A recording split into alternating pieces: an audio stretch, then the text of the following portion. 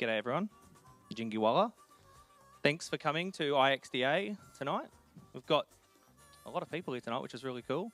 And a lot of new people, just from looking at the people that RSVP'd, registered, etc. There's lots of new faces, so if you see someone that you don't know, say hello to them. If you're nervous, come see me and I'll help you get introduced to people. But yeah, obviously we're going to learn about some cool stuff, but it's also nice to meet some people in the community and get great connections. So yeah, let us know if you need any help. But yeah, just if you see someone not talking to anyone else, go up and start chatting to them. So I'm Will, everyone, Will Stuart, and I organise, look after IxDA Byron Bay, and I started it nearly 2 years ago. This is about the 5th or the 6th event. And yes, I'm Will. But quickly, before we hand over to Ben for his talk and then the panel, I'd just like to quickly acknowledge country. So we're joining today on the Bundjalung Nation, but land of the Arakwal people. So I'd just like to pay my respects to their elders, past, present and emerging. I don't think I need to say much more. The land's so beautiful here. The country's so beautiful. We're really blessed to live here, and that has to go to the people that looked after it for the last 20, 50,000 years. So absolute respect to country and the mob that lives around this area. So IxDA it stands for Interaction Design Association, but it's evolving more than that. It's design, product, innovation, all those types of things. And that leads into regeneration, sustainability, the future of the world, all that type of stuff, everything. But really, it's about making the future a better place, and that's through designing good products, services, and experiences. I might leave it at that. I'd like to welcome Ben up to the stage, and he's going to do the talk, and then we'll do the panel after. So, come on up. Thank you. Awesome. So I can't see anyone, but I've already seen a bunch of people, and it's so awesome to be back in Byron. I'm going to talk for as little as possible because the main event is actually a panel with Jane Laverty from Business New South Wales, Demi and Dan, who's I can see and he's taking random photos. So awesome to see a bunch of old friends going back to as far as Rash, who I just caught up with for the first time since 2008, when we worked together in London, way back in the day, back in financial markets. And now he's a GP, so things change in the world. And funnily enough, we used to work with MC's cousin, just to make this a really small world. So awesome to catch up with a bunch, including friends I've been friends with for over 15 years. And I just want to also do a big thanks to Will for bringing this all together. Thanks for everything you do, sort of investing in the community, the design community, and inviting me up, and really appreciate it. So to kick off, just want to acknowledge and say I'm stoked to be back on Arakwal country, and I love it here. So I've been coming to Byron since a little kid, so more for comedy value than anything else. Top left is when I had hair and was about the same height.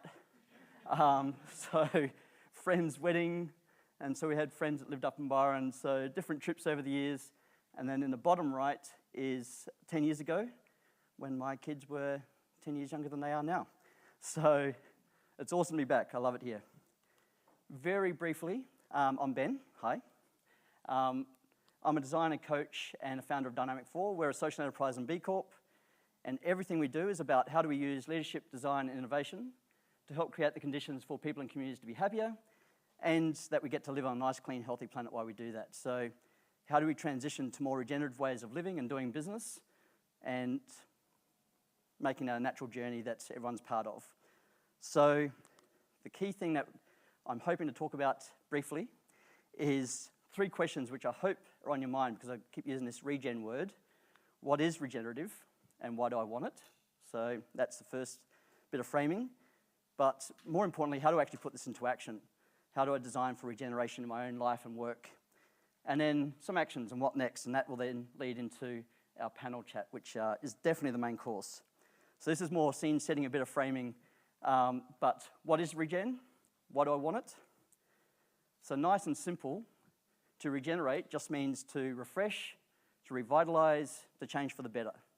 So it's a pretty simple definition, but the key part of it that's sometimes left out, or it's sort of implied but not explicit, is it's a cycle of renewal. So it's not you're done once. Why am I yelling at myself? It's not something you do once and it's job done. It's about how do we do this and design for a cycle of renewal. Are we going to be able to kill the echo? Is there a volume button on this? Awesome. I'll ignore that. This is my Gen AI training. Was it that, you reckon? No? It's audio coming out of there. Anyway, so cycle renewal, that's the critical part of this. It's ongoing. It's how do we do that? It's really disconcerting. How do we do that as and designing for that so it's not just one and done, it's a cycle renewal.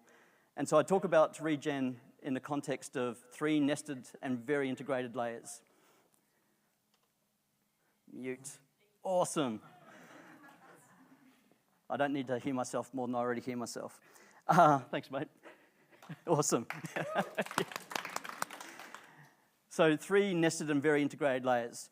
And starting with us as people, us as individuals, what's regeneration look like at that personal level? So no matter what we do, hopefully that's something we can definitely get interested in. But then what's that look like at a performance level? How do we do regenerative work and how do we collaborate to get things done? And how do we perform? Because we don't want to just get things done. We need to actually be very performant about how we do it. So us as organisations and teams, what's that collaboration look like? And then that building up into planet and place. What does that look like in terms of our collective communities, our culture, our economy, and all of our living systems? So what's it look like through those various layers? Because if we start with what we're actually facing, every day we hear about things like the climate crisis, the cost of living crisis, modern slavery, deforestation. We've got water and air pollution. We're facing loss of species and biodiversity. And these are all really important messages, and we need to create a sense of urgency because that's reality. But if this is all that we focus on, then that results in compassion fatigue and burnout. And when that happens, that leads to people feeling overwhelmed and helpless, and that results in people disengaging and pulling back from everything, turning the lights off, and we really can't afford that. We all need to be active participants in the work that we need to do. So sort of breaking that down and then looking at the current reality at those 3 different nested layers.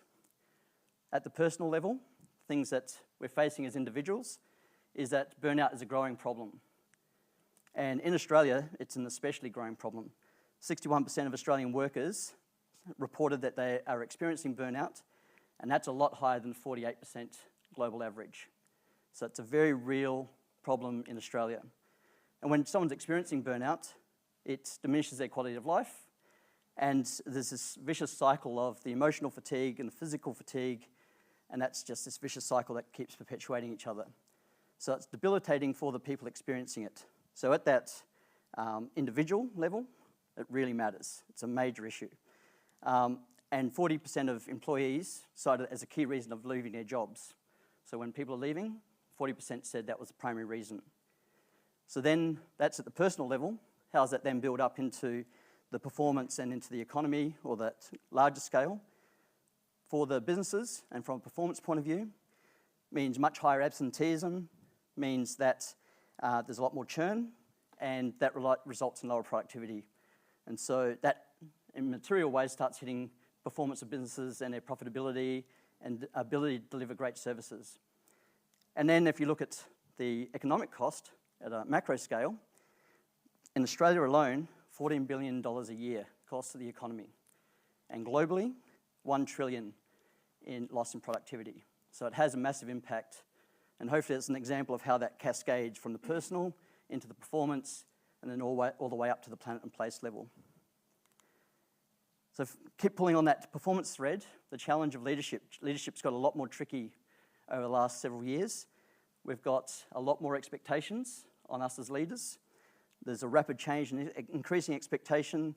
There's a lot more people watching and scrutinising. And some research we've been doing over the last few months, 86% of leaders reported increased expectations from their various stakeholders. So their teams, their customers, regulators, investors. There's a lot more pressure there. And if you're thinking, I don't care, I'm not a leader, this is definitely framed in the context that we're all leaders.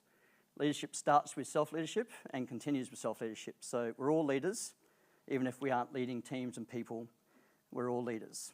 So we're all facing this situation. A lot more complexity, a lot more ambiguity, with that becomes a lot more uncertainty as well, and that takes a hit on us as individuals, but then also at that performance level. And then if we zoom back up to that planet and place scale again, our social foundations, hopefully everyone's familiar with Kate Raworth's Donut Economics. Beautiful piece of work. If you're not familiar, strongly recommend checking it out. But looking at the social foundations, so just the basics that we need to be able to have life's essentials, we're actually having a shortfall in those foundations. And this is measured across multiple economies at the global sort of scale, but then I'll talk about soon some other sort of more localized versions of that as well. And then at the same time, we're also overshooting our planetary boundaries. So that ecological ceiling. And another model, but very aligned with Kate's work, is then looking at these planetary boundaries. So 6 of the 9 different dimensions that have been identified that are crucial to have a stable Earth, like the only one we've got, currently overshooting 6 of the 9 different dimensions. So we've got some challenges there. These have been identified as the safe limits for humans to live on our planet, and we're putting huge amounts of pressure on those ecosystems. And so you might be wondering, again, in the context of regen, where's this regen word coming from? Sustainability, that's the thing we've been working on for a long time. Some people have been working on it for literally decades. So why are you chipping the goalpost? Where's this new language coming from? And sustainability hasn't gone anywhere. It's a critical part of the journey, but it's part of the journey, not the destination. Because over the last couple of 100 years, we've actively, the way we've been doing business and living on our planet, we've actively been degenerating our ecosystems. And so we've got this debt, basically, that we need to repay. And getting to greener and more sustainable ways of doing things is part of that journey, but not enough. We need to keep pushing through to more restorative and regenerative ways of doing things. And so that means that when we actually get to that point of being more regenerative, our living systems, we take a living systems approach to that design and innovation. It's a lot more collaborative, and then that helps create the conditions for all life to thrive. So it's living systems of which we are part of. Last week was Earth Overshoot Day in Australia. People familiar with Earth Overshoot Day? Hopefully a few nods. So based on a lot of climate science and updated annually, and there go my slides, luckily I got them here. So 19th of March, as in last week, if everyone in the world consumed like we do in Australia, we've consumed more resources than the planet can regenerate in the year 2025. So less than a quarter of the way through the year, if we all consume like we do here, that's where we'd be at. At a net position, that is about 1st of August. It was 1st of August last year. The new date for 2025 will come out in June. So the number that you've probably heard over the years of 1.7 Earths needed to sustain our current consumption, that's where that number comes from. And those are the dates and the reality of the situation we're dealing with. And so hopefully that's helped build the case of why we actually need to rapidly transition to more regenerative ways of living and doing business.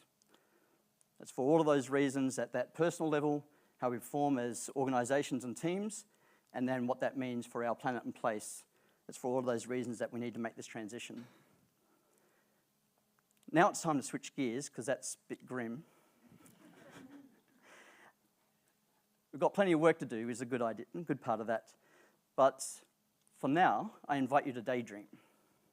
And you might have got told off for that in class, but it's actually part of our superpower to really help drive and affect change. So I invite you to take a couple of deep breaths. We're definitely going to switch gears. We're going to leave that other stuff behind for the moment. And if you think about, what do you really care about? What are the things that are really important to you?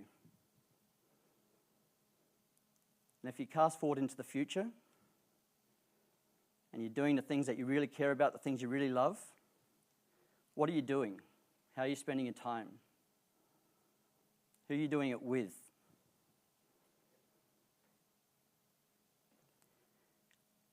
And if all the other life on our planet is healthy and thriving, How's the air, the water, the soil, the food? And if you're doing work that you love, that energizes you, that you find meaningful, and you don't just find it meaningful, but the people and communities that you're working with also value it, how are you spending your time? What's the future that you want for your community, for your family? And what's the economy look like to be able to support that kind of future?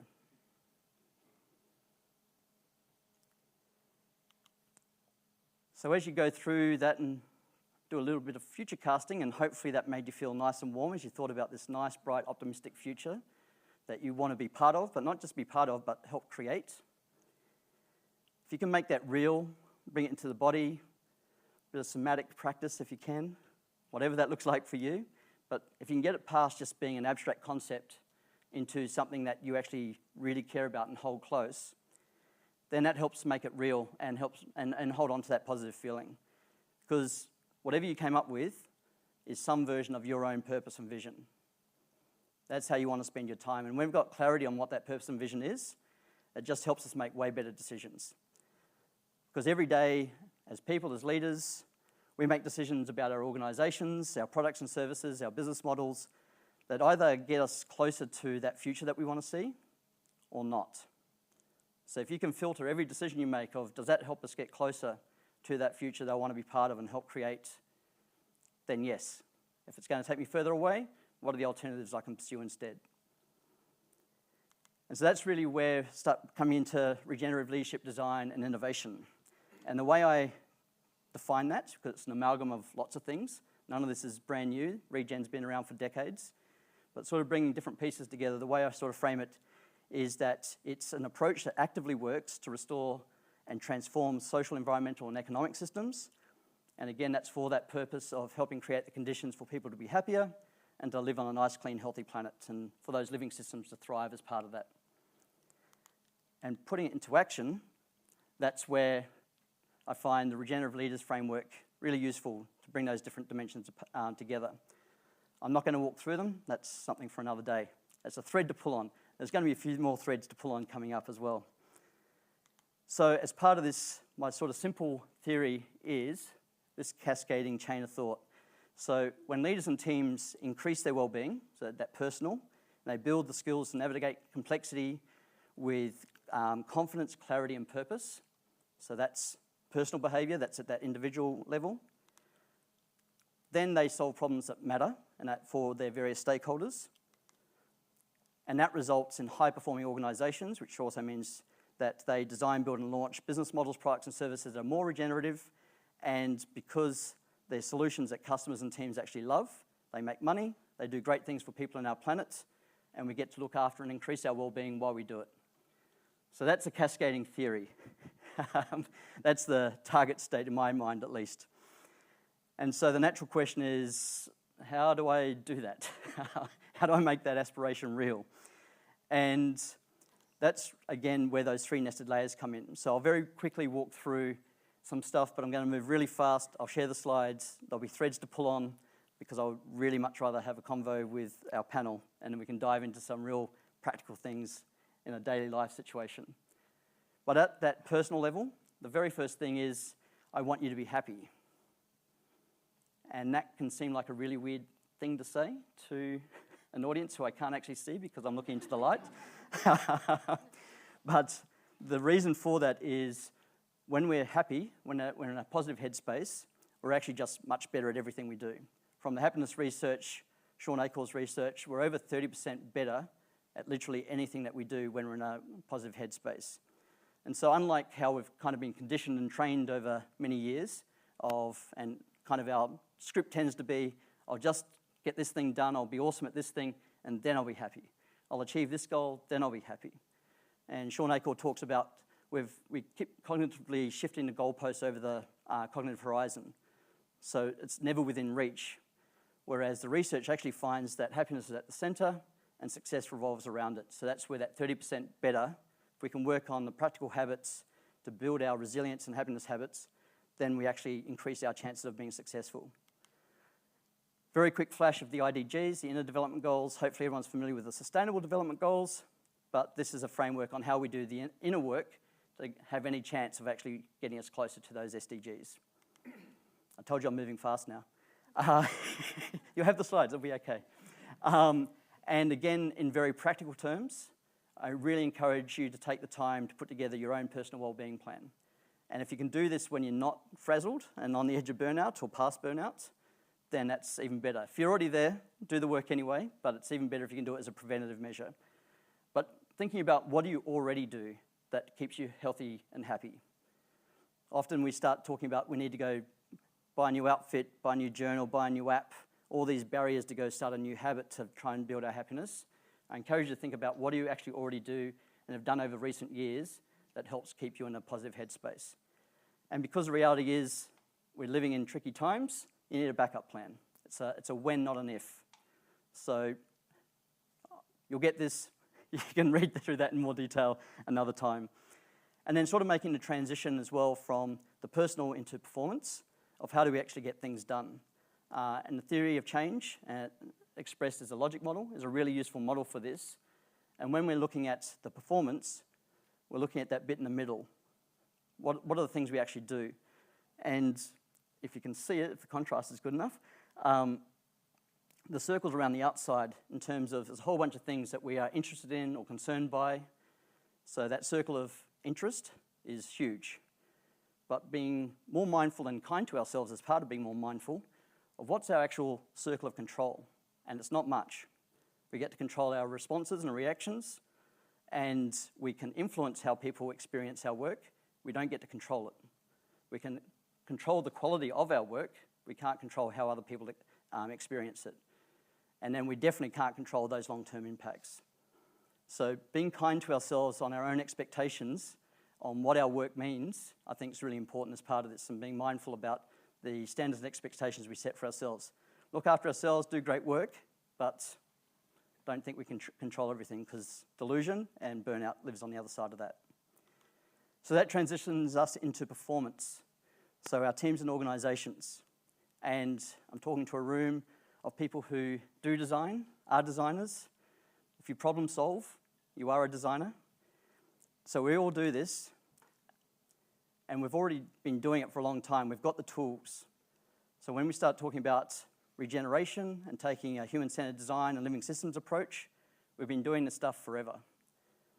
And it's really just being able to maybe reframe some things, put a different lens on certain things, but we're really good at building empathy with people, understanding complexity, and then working with people to design better futures. That's what design practice is.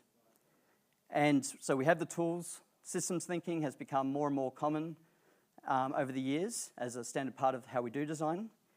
And progressively, we've sort of moved up the scales. So, the far right, the old school UX designers from the 2000s will recognise the 5 elements of Jesse James Garrett. And that's my anchor point to then flip into this. So that same 5 levels of design, then there's an illustration version of it as an iceberg. And that iceberg and the layers of it pretty much directly matches the pyramid in terms of systems design and designing for systems change. So we've got the same sort of models in place. The reason I show that is hopefully to try and help you see that this isn't like a whole different thing.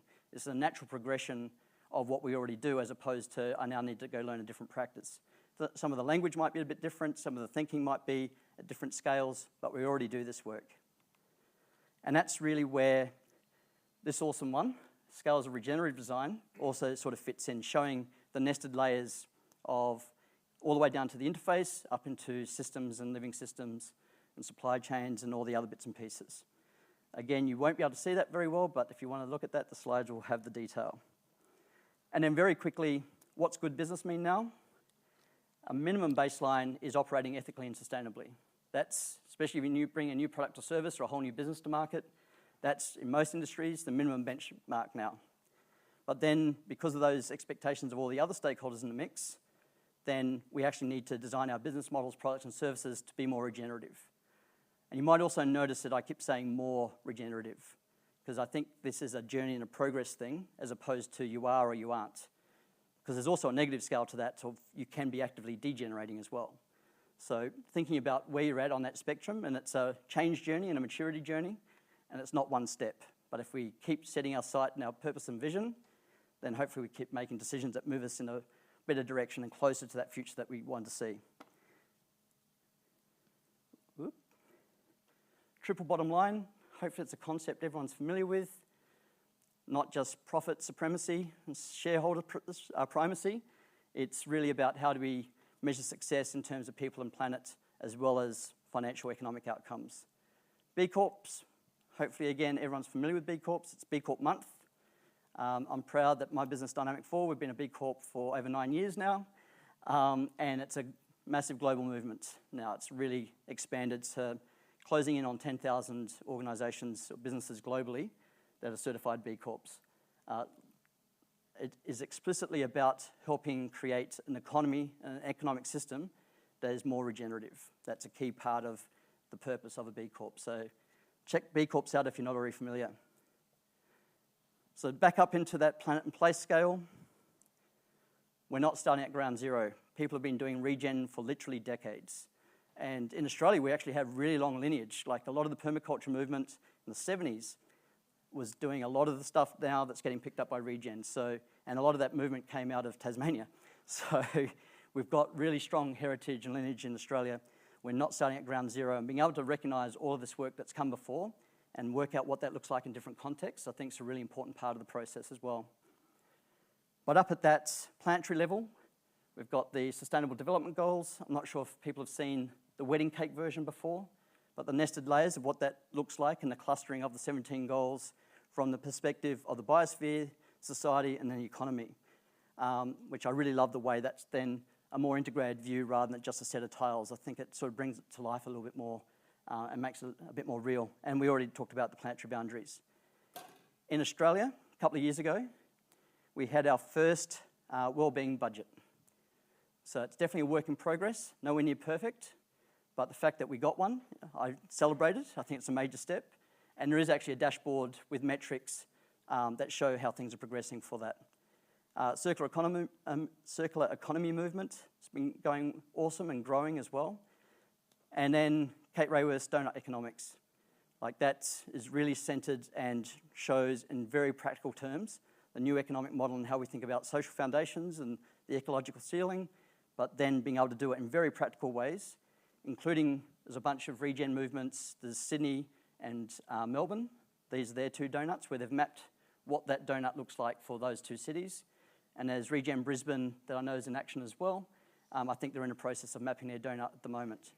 And then there's if you look at the Donut Economics Lab is the name of it, in the middle there, global communities. So this is happening all over the world. So it's awesome to see. And lots of people working on it. So a bunch of great books to check out. Again, you can get the slides for that. So finally, what next? Well, the awesome part is you're already here. So IxDA Byron Bay, it's like right in the middle. So, so really important part, regen is a team sport. It's not a solo activity. You need to find your community, and the community is diverse and lots of different stakeholders and perspectives. So there's a list of people, players, both within New South Wales. I've included QSEC because I know we've got a few that have come south of the border. QSEC is the Queensland Social Enterprise Council. We've got the national peak body, lots around SDGs. Catalyst Now, which is focused on, it's a global innovation, global network of social innovators and social enterprise that we collaborate. Good North does loads of stuff in Byron, or has over the years at least, and the local B Corp community as well. So plenty of things to get involved with in the Northern Rivers, in the local area, online, globally. You're not alone if this is a journey that you want to spend more time thinking about. And then finally, none of this happens, none of it's made real if we don't actually put the habits and workflow in place. It always becomes this thing off to the side, including our personal well-being. If we don't bake in those happiness habits in terms of how we actually do work, it'll always be something we never get around to, and that increases our risk of burnout. And so I love that thinking, James Clear's famous book, Atomic Habits, of habits are the compound interest of self-improvement. So it's not about big, massive leaps. It's about the small things, the small micro habits that we can build on and stack. That's actually, that compound into something bigger. And there's been a hyper focus on productivity and goal setting. I have a very mixed relationship with goal setting and productivity. Some of it I quite enjoy and some of it I'm taking a break from. But goals are great for setting a direction, and I think are really useful to set intent and direction, but frame your goals in that sense.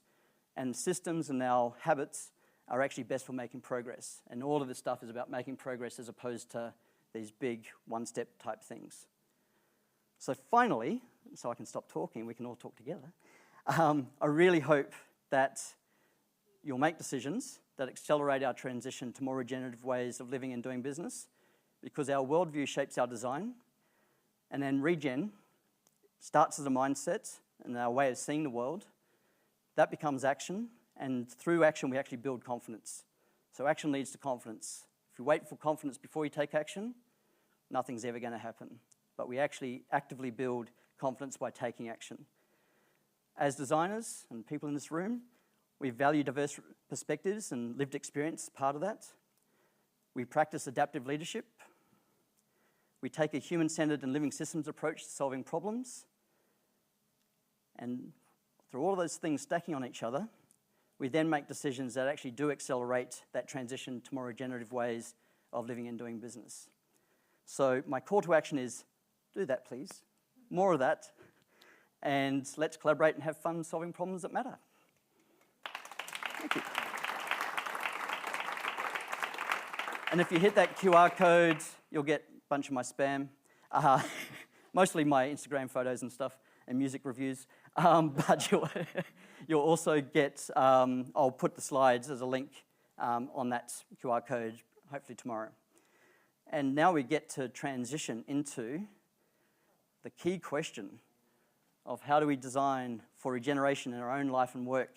And the panel's going to kick off soon. And awesome, welcome back. Hopefully everyone popped up. And now for the main course, we get to have a convo with Dan, Jane, and Demi. And rather than me doing awkward bios and stuff and saying how awesome they are, the first thing we'll do is kick off with, who are you? Who are you? And what do you get up to? How do you spend your days? So, trying to work out which way to sit on this. I'm going to go for it. Oh. You're going to go? No, I'm going to church. Okay. Would you like me to start? Please. Excellent. My name is Dan Leverington. I'm the managing director of a company called the Ocelli Group, and we connect corporations with sustainability suppliers. I've got a podcast called The Green Fix.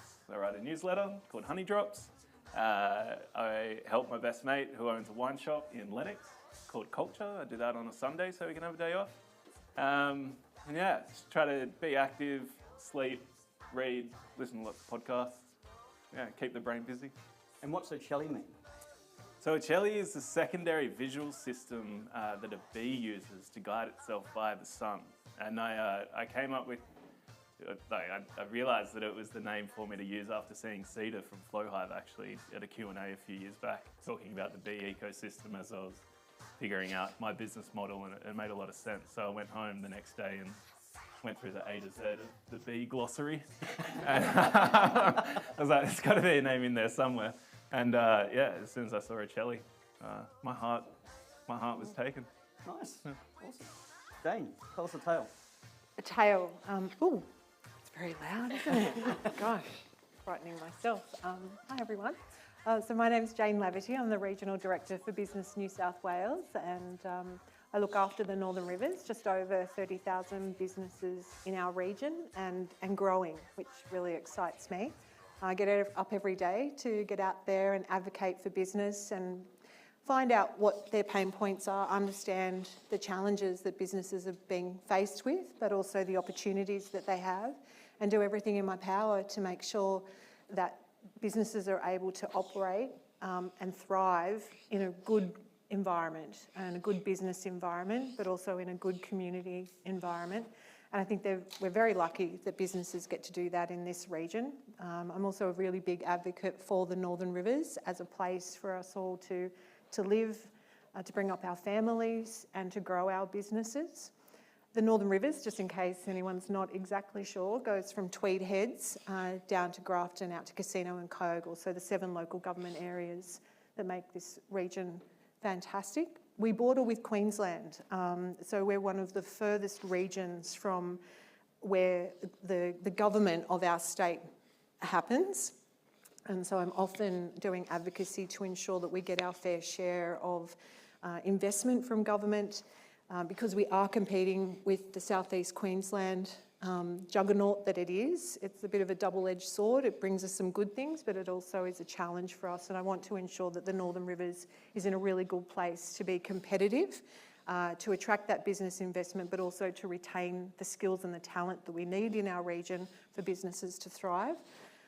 It's an exciting job. I've been in this work now within Business New South Wales for 8 years, but I've been in the Northern Rivers for 20. So apparently now I can call myself a local. What is that threshold? 20 years. and people were really solid about that, because it was like, oh, you know, I'm in the Northern Rivers. Like, how long have you been here?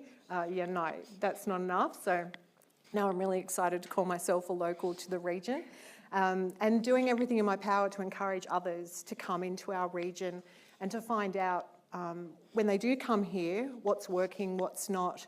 Or I think I might have grilled Charlie earlier around, who's been here for, I can't see you, Charlie, I know you're out there somewhere, for 3 years. So, you know, what has held you here? What do you love about it?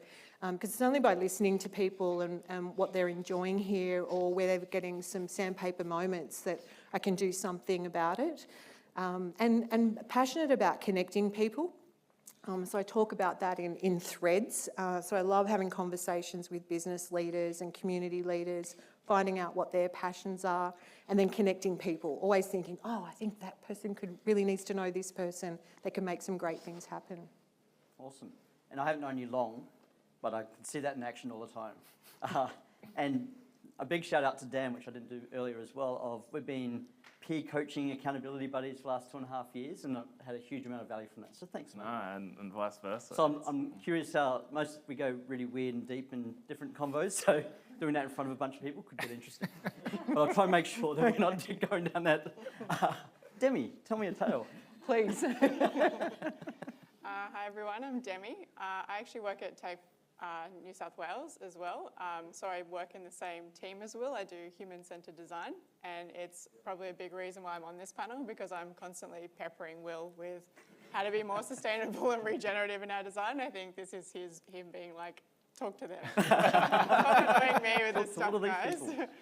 I had kind of a non-linear path to design in general, but also I'm currently studying a master's in environmental management as well, because I really want to bring together, I guess, the kind of tactical and theoretical environmental stuff into design. And I think I'm definitely, you know, to plagiarise from you, I wanted to work on problems that matter. I felt like I wasn't kind of doing that in the spaces where I was working previously. So that's why, yeah, I'm kind of the least experienced, but still on the journey, I guess, of figuring out what that looks like.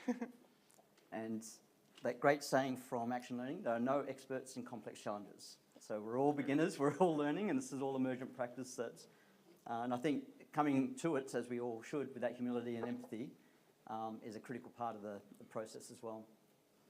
Awesome. So that kind of question of how do you design for regeneration and more regeneration in your own life and work, I'd love to hear a little bit more about that, especially framed in the context of if we're going to actually solve problems that matter and design, build, launch products, services, business models that really do solve those problems, are more regenerative. How do you already approach that? What's your approach? And we don't have to go up and down, because that's never any fun. So pop up as you've got something to add, because we've all got mics. Yeah, you're looking at me? Okay. I actually, interestingly, I felt a bit triggered by your slides earlier, because I wish I'd come with a trigger warning? Yeah, trigger warning. I felt like I wish I'd seen them 10 years ago, because I feel like I've, again, been on that path of burnout. Like, even just thinking about the kind of world politics at the moment, like the first time that Trump was running for election, and I just was filled with so much rage. I was online, I was kind of trying to, because I felt that, like, and I think I approached a lot of the problems that I saw in that way, like full of kind of anger, but my circle of influence was very small. You know, I'm sending out social media posts to Australians. I think I knew like 3 Americans at the time.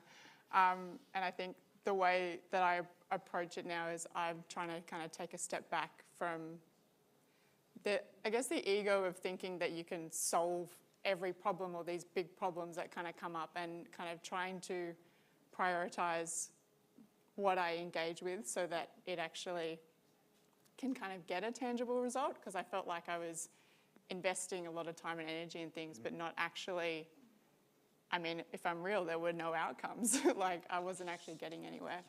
And so, yeah, I guess for me, I've gone back to kind of really small stuff. I'm trying to grow my own food. I went on a rant the other day to Gabe about how I'd never planted a native bush in my yard. So then we had to go to Bunnings and we had to buy native bushes to plant in the yard. You know, all these little things that kind of, I think people tell you, but you don't kind of realize how much joy those small actions can actually bring you.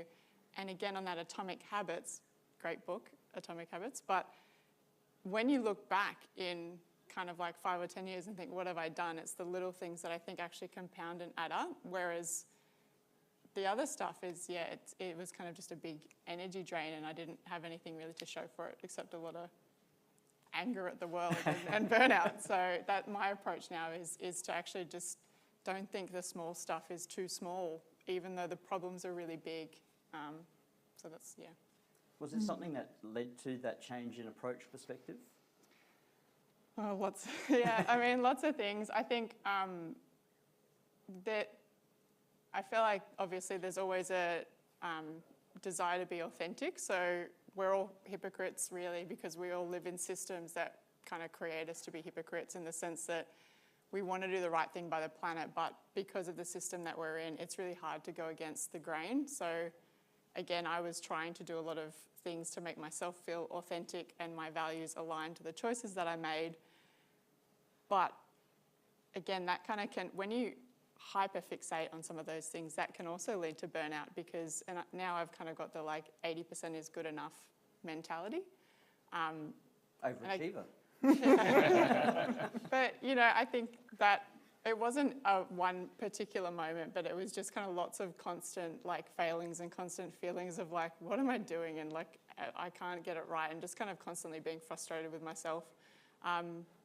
And I think now I know I'm on a better path, because I feel like studying feels like it's empowered. Like, I like learning, so I feel like I'm actually feeling empowered, even though it's really difficult, you know, like studying and working full time, it's not great, but it's much more rewarding. And I think trying to find the things that reward you is good. Is that a situation that resonates? People experiencing similar sort of things? We're having a convo up here, but you're going to get involved real soon. So start thinking about your questions as well. And there is a mic. Ben's just priming. He's like, here's your 30-second warning. Might be more than 30, but you know, start brewing some good stuff. So my first job out of uni, I was recruiting electrical engineers in the oil and gas industry. And I went in with the intention to learn how oil and gas companies worked so that I could help them transition to renewables. This is 2012, and 2015 I got spat out of that industry pretty quickly. They weren't very open to my suggestions of how they could start their decarbonisation journey. But it was a really good lesson, right? It's similar to what you're talking about, Demi. Like, you can go in with the best of intentions, but if like the audience isn't open to what you're saying, if you're not speaking their language, if what you want to happen goes against the way that they make money, you're going to set yourself up for a lot of difficulty. And I think like the earlier on in your career that you can learn that, the more you can approach each opportunity or interaction with people with empathy. You can understand where they're coming from, what's important to them. Generally, people's own well-being of their family is what's important to them. So how can you help them extend that well-being? And yeah, I feel like if I hadn't have gone through that experience, I probably wouldn't be where I am today. It was a nice resilience builder. We can always, you know, reframe these things as character building. What about you, Jane? Well, I'm old. I'm Gen X, so I've been around. Are you? Yeah. Well, you just look so young. So I feel like I've been around a little while, and and I've grown in that time. What excites me now is like actually where we are and people like the people in this room and hearing Demi speak and, you know, that passion. Because it felt like, you know, in the early 2000s, before I came to the Northern Rivers, in my previous work life, I was in corporate law firm marketing, and then I worked with the Minister for Western Sydney, and then I did kind of lawyers and politicians, and then I did a time with Lifeline where I really was connected with community. But through that, you know, I've seen us evolve as communities and as a business kind of group. And so we're in a much better place now. I think everyone is thinking differently, and that excites me. 20 years ago, I was working with businesses and introducing the term of sustainability when I was with the Minister for Western Sydney. And you know, I spoke with businesses, I explained how this would be good for their business models, and they were like, okay, we're on board, Jane, it sounds great. Is there something like we can get off the shelf for that? You know, because they could understand it, they could see the value, but they didn't understand how they could apply it in their businesses. And so it was helping people to just take some of those early, first small steps to get there. And that's when I learned you don't necessarily in the beginning have to change beliefs to change behaviours, that you could encourage people to adopt a behaviour based on, firstly, it may be that it's a good financial decision for their business, but then when you congratulate them for that, and it's like, oh yes, I am environmentally conscious, and so then they get rewarded for that behaviour, and then you start to see real change because they get excited about it. That people, I think, as humans, really do want to do good. So, you know, now I'm in a place here where, because I am the age I am, I'm like, okay, well, I've got this bit of time now to influence good, and I'm brave now. Like, I think when you first start out on your career, you don't want to upset people and you might be afraid to lose your job. Now I'm like, I don't care. Like, honestly, I'll find something else, but I won't compromise my beliefs, and I'll hopefully take a whole lot of people on the journey with me. And I'm of the great belief that we're all now, or myself, I'm encouraging other leaders to plant the trees we know, you know, for shade that we know we may never sit under, and to think about that next generation. And I think we do need to frame ourselves in that way. We're making the decisions now, and we want to set that leaders of the 2040 up for success. So I think when you've got that kind of behind you and you can wake up every day going, all right, that's my mission, and makes it all easier. Contagious as well. Yeah, I think so. Yeah. I like to think so. I say it is. I find it contagious. And I think you've all touched on this to one degree or another, but I'm curious, doing that and the sort of the way you're approaching things, who do you collaborate with? You've mentioned various stakeholders as you've sort of been talking about it. Who do you collaborate with? Who are those different stakeholders? How do you get them on board? What do priorities look like for you and for them? I mean, like, if you look at my website, you go to the About section, the team is me. But I've got 52 partners in the ecosystem. We've got clients all over Australia. And so I realised really early on that my skill that I have, that not everyone has, is I'm a really good facilitator. I'm really good at bringing people together, someone who's got a problem, someone who's got a solution, and then you know, they get to realise those collaborative advantages. And so I'm actually really fortunate. Like, I get to interact with people like locally. I go to the monthly Be Local meetups for the B Corps. I just got back from Climate Action Week Sydney, where I was helping organise. And it's, you know, when you work from home in particular, I think it's really important to get out to events like this. There are a lot of productivity benefits of not being interrupted while you're working, but I think we're also starting to now see the importance that just as humans, we crave a lot of that social interaction. And so, yeah, I think it's important to keep those pretty strong links. Yep. Okay. Yeah, I think I was reflecting on what you were saying earlier, Dan, about like the gas company that you were collaborating or working with. And I think even the straight out rejection is interesting, but the other thing that's interesting sometimes collaborating with people when they co-opt it, but they don't necessarily kind of understand or believe it, and that can also be challenging to work through, because this, I think, working in I used to work in agencies and marketing and things like that, and obviously when I first started on my sustainability journey with fast fashion and all these kind of things, and we worked with a lot of clients that had that was their kind of bread and butter, and trying to, bring it onto them, they would be like, great, so we can market that. And I was like, whoa, you have to do it. You have to actually do it. Like, you can't just, So I think now collaborating with people that are like-minded, I think, again, from that burnout perspective, it actually gives so much more energy if you're kind of talking to people that are on the same page. I think there's so many people that want to do good stuff and that are already there, and there's enough of them. For me, like trying to find those people and work with them has been a massive kind of energy boost, and I think it's good for your personal well-being too, to collaborate with those kind of people. Awesome.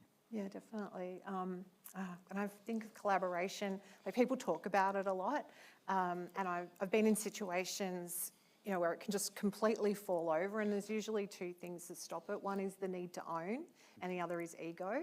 And so I think it's just how you set things up, and that empathy. Say more about that. How do you set them up? Well, I think it is about the empathy piece. And I was like, I know there's a term for it. If like someone jumps off a height and they hit the ground, I feel it.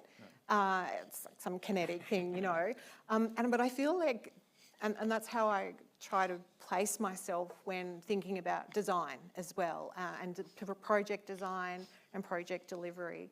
And I like to do it in collaboration, and other stakeholders. Often in our work, I'm not in government. We work with government and we work with business and industry.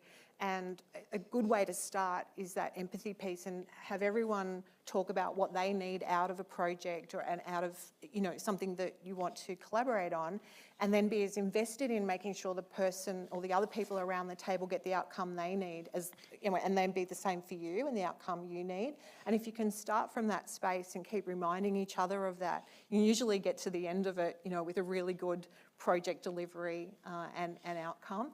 And like helping people to understand, and if you can have that empathy and understand where someone else needs to get to, and if you're invested in that, you'll get the outcomes you're looking for. And if we're talking about impact to planet and people, then to really understand that. But that requires people to really understand themselves in their own organisations, what they're looking for, and be as invested in others. Awesome. So there's already been a lot there. How are the questions brewing? Anyone burning? We've got a roaming mic. We'll just keep chatting by ourselves if you don't have some kind of intervention here. Any burning questions? Not yet. Okay. March on. While it's if you get something, just put your hand up and I'll come over to you. I was actually talking to someone the other day who's they're a partnerships broker. And they were talking about the beginning of a partnership. They love getting all parties to sit down and write an obituary of that partnership. Yeah. Right? Yeah, pre-mortem. Pre-mortem. Yeah, that's brilliant. Yeah. So it's like, we will know that we have reached a finite end once we've achieved this, and it was a really good ride.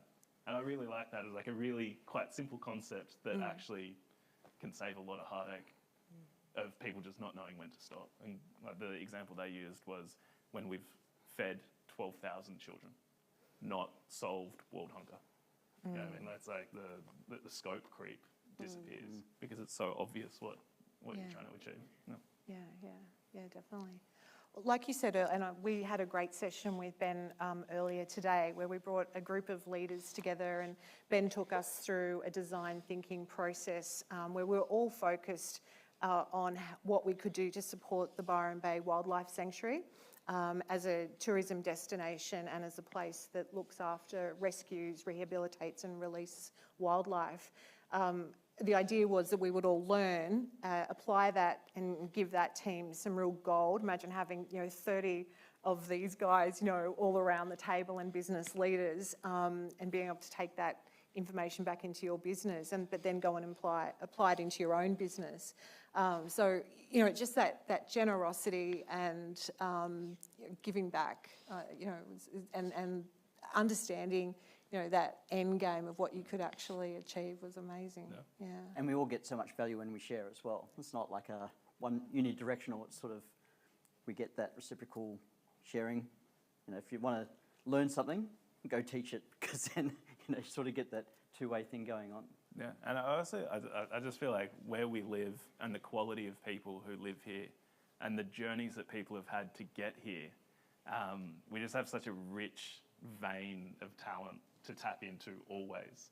One of my friends described it as they've never seen such a small town have such a global outlook. And it's so true. Like, you know, you guys haven't seen each other since 2008 in London, right? And yet, like, it brings you to here. I'd say there's a lot of people here who have lived and worked overseas as well. It's like this, it's a magnet for high-performing people.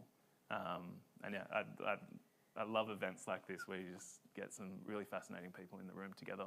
Things like today, where you bring those minds together who wouldn't normally be in the same room talking about the same problems, coming up with solutions together.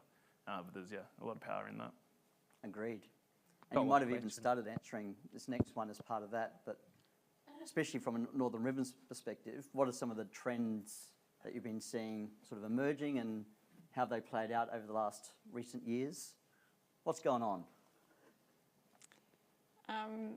I think one interesting thing, I feel like Byron Bay is kind of known for lots of things, or their whole area, and one of them is kind of the hippie culture and the kind of, woo-woo activities. But I actually think, because we're talking as well in like a leadership and a business mindset, I think sometimes that, even if it may seem a bit woo-woo, but that may be what's actually missing from a lot of the conversations that happen kind of indoors, because we're not kind of thinking about like the magic of nature or the connections of nature, or all the things that we don't know. We're kind of thinking very much more in these kind of very finite, like monetary paradigms, where it's kind of like everything is reduced to the value of $1, which is not, it's kind of a reductive way of thinking. I understand that the market is a tool, and obviously, but we have to take it with a grain of salt, because a tree is worth more than the price of its carbon or the price of its wood. It's also a habitat, it's also shade, it's also like it has 1,000 value inputs into an ecosystem. But I think that and northern... it's intergenerational. Oh, exactly. So you can list off a million things, but I think what's really special about this community is that they kind of fully embrace that, like, that kind of magic undercurrent of like, what can love for a place do to people? And I think we recognize that, like, this is going to sound a bit cheesy, but stay with me. I feel like we recognize that like romantic love can completely transform a person. But what about love for a place, or love for an animal, or love for trees, or whatever? I think that also has transformative power, and I think this area, like, actually do tap into that energy a lot. And love for your community. I mean, I think we've seen it here. The 2022 weather event showed me, like, just what we will do for each other. I think there were people from Byron that went to Lismore that probably hadn't been in Lismore before, even that's only half an hour away. But once they did, it was kind of really moving. And I've had a few people say to me since, they feel so connected now to the broader Northern Rivers as a place. And a comment that was made by a lot of community members and business leaders in Lismore at the time was they were just shocked at how many young people in Byron were prepared and happy to come across and help them, hose out, sweep out, shovel out mud, and come back the next day and come back the next day again. It just showed spirit of community. And I think it's a really core value to our brand of the Northern Rivers. It's the centre of it, actually. I think also because of 2022, I think a few weeks ago, there was such a level of calmness and such a level of preparedness. Like, I didn't see anyone freaking out. Everyone was just going about their business, making sure that they were ready, their neighbours were ready. And I think it was built, a lot of it, particularly for people who've come here. Like, we only got here 4 years ago, so like post-COVID. 2022 was a great opportunity to give back, but I think it laid the platform for what it is now, for sure. And we're touching on the personal, that performance at a business level, and then that people and the planet and place level with community and ecosystems. So I'm loving how all these layers are connecting. And we have a caller. Spotlight. Hello, Ben. Love what you do with city design thinking and the community that you build. And it was really interesting to see your talk as well, that when you asked us to close our eyes and think about a better world, it kind of, I'm doing a lot of work with Gen Z at the moment, and there's, what's really interesting, the traditional pathways to wealth are broken. So, you know, you can't, the idea that you work, you go to school, you go to university, you get a job, you pay off your mortgage, you travel around the world, you know, that doesn't exist anymore. So the whole idea of what wealth is currently being redefined. And some of the topics you guys were talking about, you know, it's like, well, what is wealth? Is the relationships you have, it's having agency over your time. It's the, you know, having freedom of choice. It's all of these different things.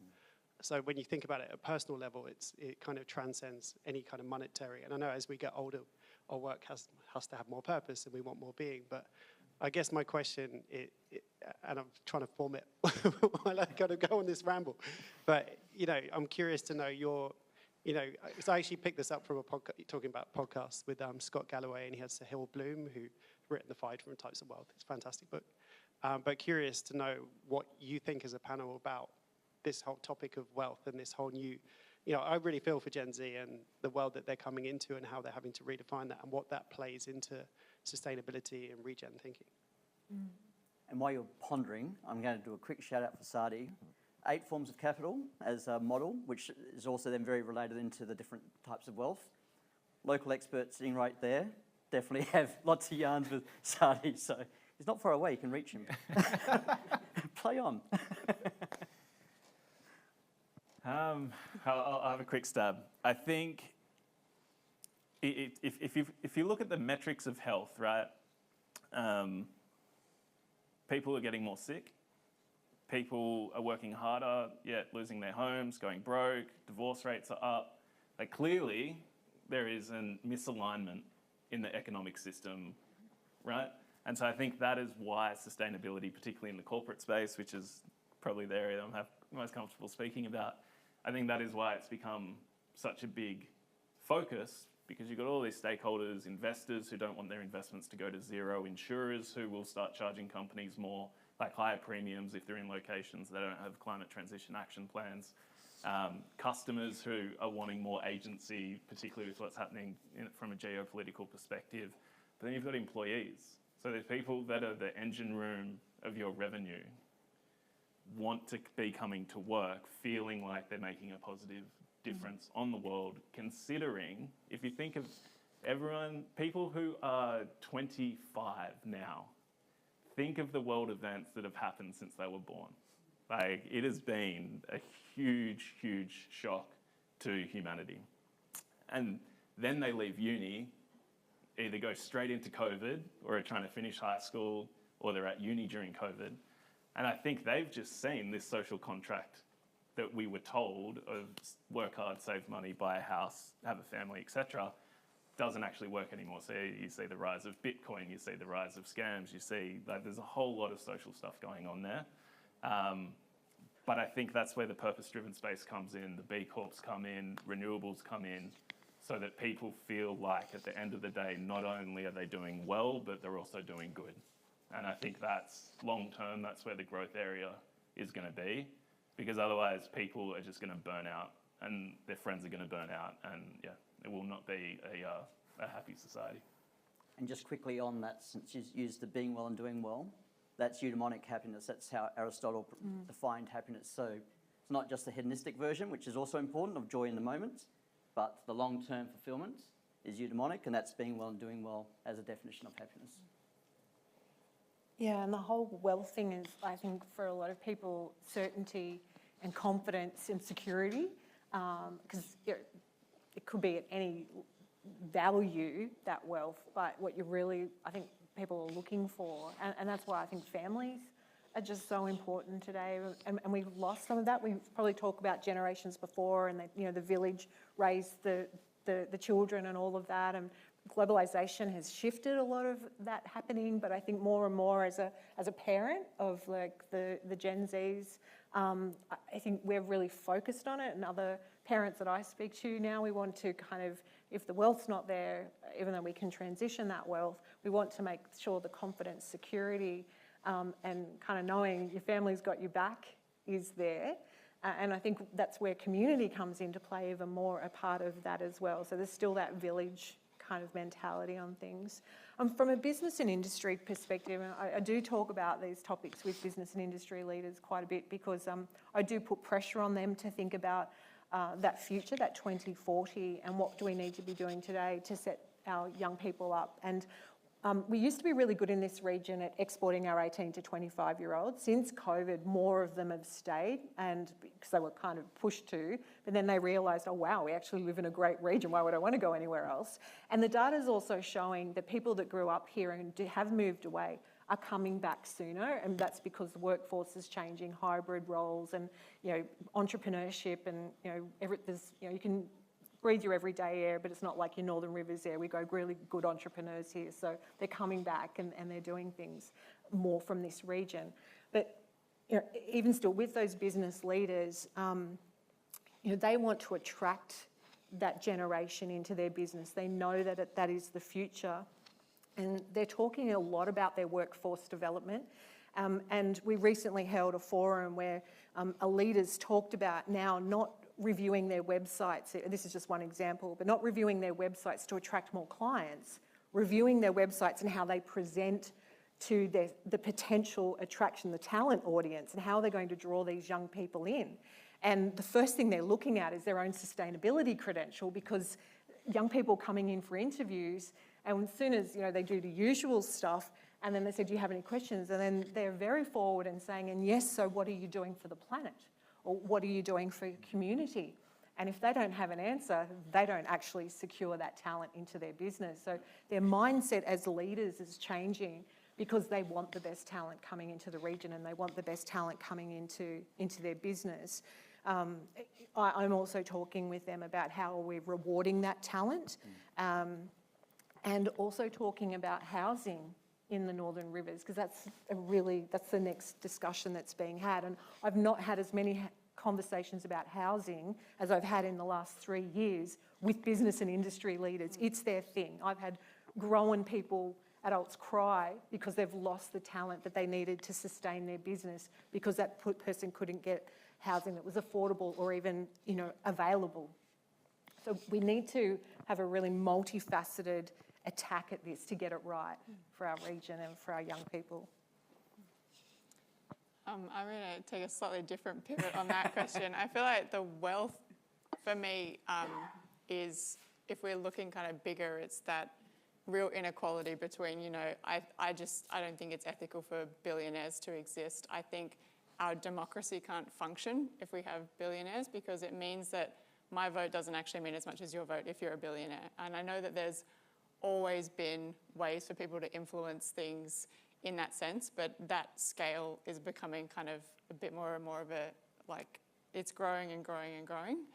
And I think as well, when there's kind of a very small percentage of people using a huge amount of the resources, like how can we get to that regenerative state if the kind of communities and the people, aren't actually even able to access those resources because they're struggling to make ends meet. So as far as I'm concerned, wealth, tax the rich, all those things. I think that's, exactly. I just think that you can't, I think in a post-capitalist world also, we're chasing our own wealth to feel comfortable with how we live, but you get a pay rise that makes you happy for how long until your lifestyle scope goes up as well. And then, you hear people talk about golden handcuffs, all this kind of thing. And like you said, it's wealth is the same as the happiness horizon, where it's what is enough money to be happy? And people always say, money can't make you happy. Well, it probably makes a difference up until a certain threshold where you have financial stability. But then, questioning what is more valuable to you after that? Is it, for me, it's time. I feel like time is the one thing you can't get back. That's wealth to me, is to have the time to do the things that I love. I'm pitching for a 4-day work week as well. So these are all the things that I'm... What's your answer? Is your boss? Yeah. Will. It's not up to me. But these... Public plea. Yeah. I think that's my take on wealth. I think we need to actually paradigm shift what is wealth, and it's not just financial. And I think we can't let kind of 2,000 people in the world have all the wealth and then just everybody else, deal with what's left. You said there was a couple? Yeah, we've Also got mindful of time. We've got 3, so let's. I reckon we can get through 3 in the next 10 minutes if we can. But here's the next one. So we'll go for nice, concise questions and answers. Cool. Thanks for that wealth question. It's quite funny because I remember my first boyfriend saying, oh, anonymity is wealth. There's nothing more valuable than that. And I totally screwed that one up. I'm the local mayor. And so Sarah Enjai, everyone, Mayor of Ballina Shire. Byron Shire. Byron Shire Mayor, Sarah Enjai. But you brought up that thing about how the lure of this place, the beauty of this place, and I came here 30 years ago. I've watched it change a lot. Often it does bring people here and they exploit the beautiful things about this place, and perhaps at the expense of some people that have lived here for a long time. And one example, I was trying to help a woman the other day who's 85, has a walking frame, and she's been living out of her car for 4 years, doesn't take drugs, not crazy, and somebody said, oh, well, she can just move further away. I'm like, she's lived here her whole life, We need to make sure we're harnessing this creative energy to tackle the big problems like our lack of connectivity, the housing problem, food security, all those sort of things. How do we take that and harness it to make those sticky problems have answers? What a question. I think there's been a lot of successes, particularly in Europe and the UK, when it comes to citizen parliaments, and really bringing together, similar to what I was speaking about people in this room, and then also what you were doing today at the workshop, where it's not necessarily the subject matter experts, but it is systems thinkers and people who have insights just by way of going about their day-to-day. And I think opening up that conversation is more likely to lead to those solutions, because people are bought in. They feel like they've got ownership, and you never know who could be in the room and what they could offer. And I'll just build on that quickly. I think the people with experience around systems thinking and taking these approaches to help convene and guide, that's the people with the lived experience that have the solutions. So being able to co-design and playing a guiding role, as opposed to people who might have a certain set of experience and skills, being the experts and go, I'm going to fix you all. Totally. I think that deficit thinking is really dangerous. So it's that lived experience is the key to all of this in my view. You're going to get some ideas that are not fit for purpose. but that's a part of it, right? You don't see hedges shaped like elephants growing that way, right? Like they grow as a massive bush and then you cut them down to how you want them to look. That was an interesting twist. Like I said, not all ideas are going to be good ones. I'm worried, Sarah, that people are just getting numb. Like an 80-odd-year-old woman living in a car with a walking frame. But I'm often shocked. Every week you see something that comes up. I watch ABC, Mary Claire, like religiously. Why is every tragedy, every bad thing actually have to be picked up before, like, 4 corners before people start doing something about it, We've got issues. Like, why are we not understanding these big problems and actually pointing to who has a role in doing something about it and holding them accountable for it? So as a community, I think we kind of need to rise up around that and know what our big problems are and use that systems thinking, but just start, doing the advocacy, shaking the cages and holding people more accountable. We were kind of laughing earlier around, questions that might come and you hear the question, but that's not the answer I want to give. So that politician talk, it needs to stop. And that is part of the problem and one of the reasons why we're becoming so numb, because we're also getting global news and every week, Trump daily. And so again, we're just kind of numb. So I think we've just got to focus back on where we are in our community and pick up these issues and call it out and then get people behind it and champion change. I think that it's it's hard to kind of figure out I think we're all still trying to figure out how to do this, but I think the biggest things from my perspective would be, again, shifting paradigms. I think a lot of what happens now is just because it's the way it's always been done. It's like the road of least resistance, and I think there needs to kind of almost be like a change management kind of strategy or approach to it, in the sense that, like, people are really overwhelmed with the amount of change that's even had. Like you said, in the last 25 years, like what is going on in the world? Like, who's keeping up with any of it? I'm definitely not keeping up with any of it. But they're really, I see it in my day-to-day work. I experience it personally, but I think even broadly, like, everyone is kind of so fatigued by all of the change that's happening already, that kind of coming at them and being like, we need to change everything else, I think, and again, that's where that positive thinking, I think, is good. I think I'm naturally a pessimistic person. I would call myself an idealistic pessimist. And there is such thing as toxic positivity. Yeah, there's toxic positivity, and I think you've got to be real about the problems, but I think, I think there also just needs to be really strong justice frameworks, and I think that's the stuff that we have to rattle the cages for and kind of say, like, no, we need better environment laws, because when those frameworks are in place, then people operate within those frameworks, and again, you're kind of shaping the behaviour by having that framework in place. So I would say, if you can target decision makers and get them to change their frame of thinking, I feel like that's where probably the gold is. And Will, this is the final question, is it? Then I'll ask you each one last question. It's a quick question. Brief It's a quick question. Hey, I'm Kate, and I'm a deliberate optimist, meaning I see the world with very clear eyes, but I choose to look for the solutions. I like that. And on January the 1st, something really miraculous happened in the world, and the next generation, the beta generation, arrived. And for the first time in history, we've got 7 generations of people living at one time on this planet. Wow.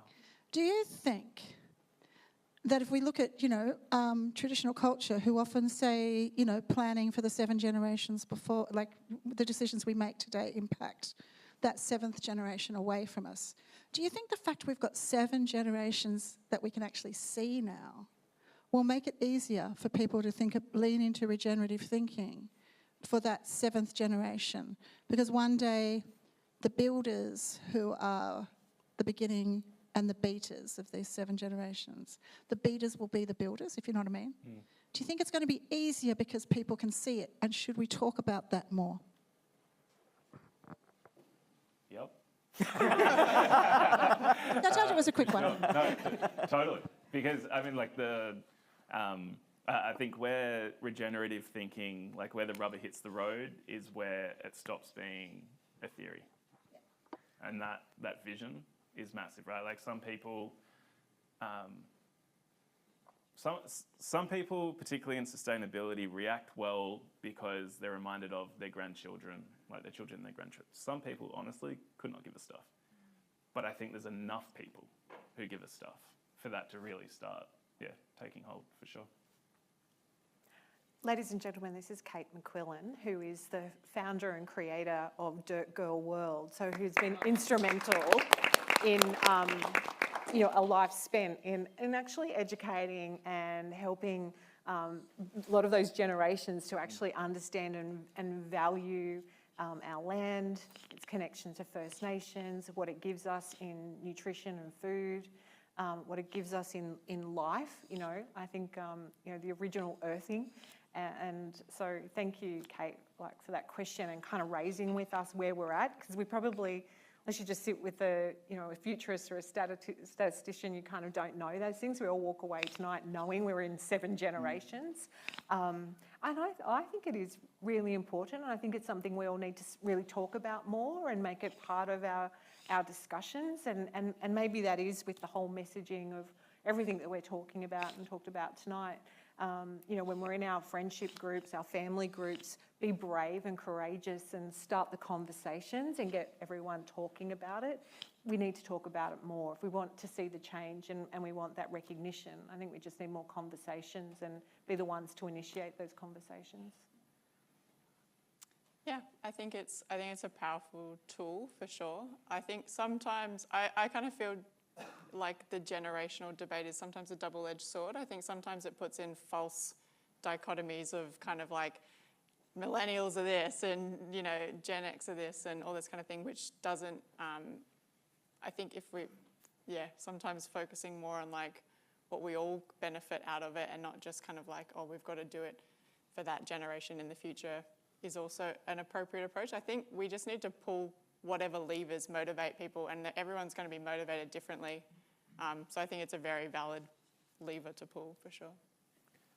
Can I just pick up for a moment? Just I'm worried about if we think about, you know, from 2020 to now, just in that 5-year period, we've got a lot of young people that have known nothing different than disasters, lived a global pandemic, you know, weather events, constant discussions, of course, about climate change, and seeing so much on the news and media and social media.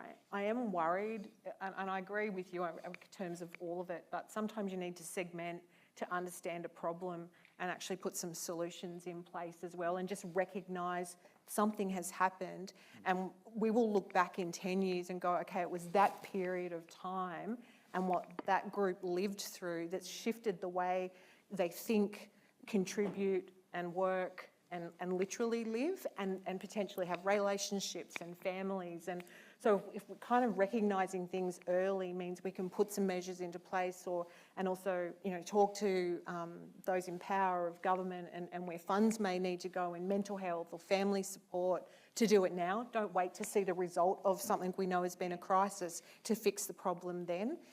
Realise it now and do something about it. Definitely. That other beautiful term that is the destination of a generation is shaped by its childhood. Yeah. And I think that thing of going, you know, I agree with you. We need to, those kids who are under 10 who have grown up in the Northern Rivers, you know, drought, bushfire, pandemic, flood, they're pretty amazing. Yeah. But, you know, kids are incredible, but this is different.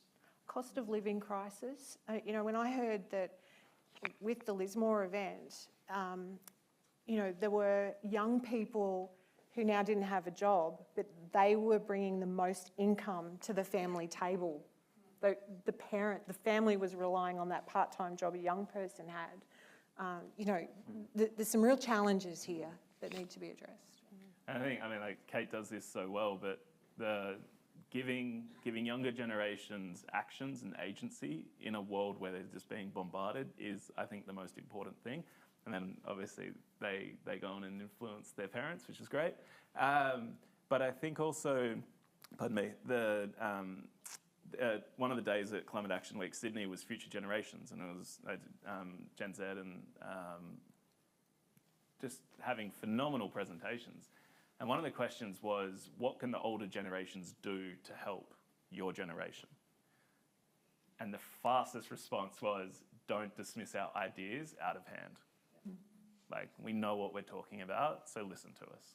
And I love that. Right? It's very easy to say, all right, like, you've got no life experience. So there's pretty high chances based on what they've already been through that they've got a much better idea than what we think we do. And that agency is part of that. Yeah. Will, where are you hiding? Was there one more, or was that the last? There was, but I think we're out of time. I'll just ask one final parting question, and this is a very quick one of thanks for sharing not all, but a bunch of your experience and insight and wisdom. I've really enjoyed hearing directly. And you're all doing awesome work in the Northern Rivers. How can everyone here get involved, help you out, engage with the work that you're doing? What's your ask? My ask would be to think maybe to kind of go on a bit of a reflective journey and think about what are the small actions that you could do that could compound over time. Some ideas, you could plant some native bushes like I did. You could take up composting. I think, again, all of these things, when we all do them and do them over time, they actually mean a lot, and you can actually get a lot of joy out of some of these things too. Like, you know, growing your own food, and you get a much better appreciation then of where your food comes from, and then you're less likely to waste food. Like, I think all of this stuff snowballs, which is something that, again, I kind of had my ego too big. Like, we've got to solve the world's problems, but I think that would be my ask, would be to try to find something that feels special to you and just try to implement it.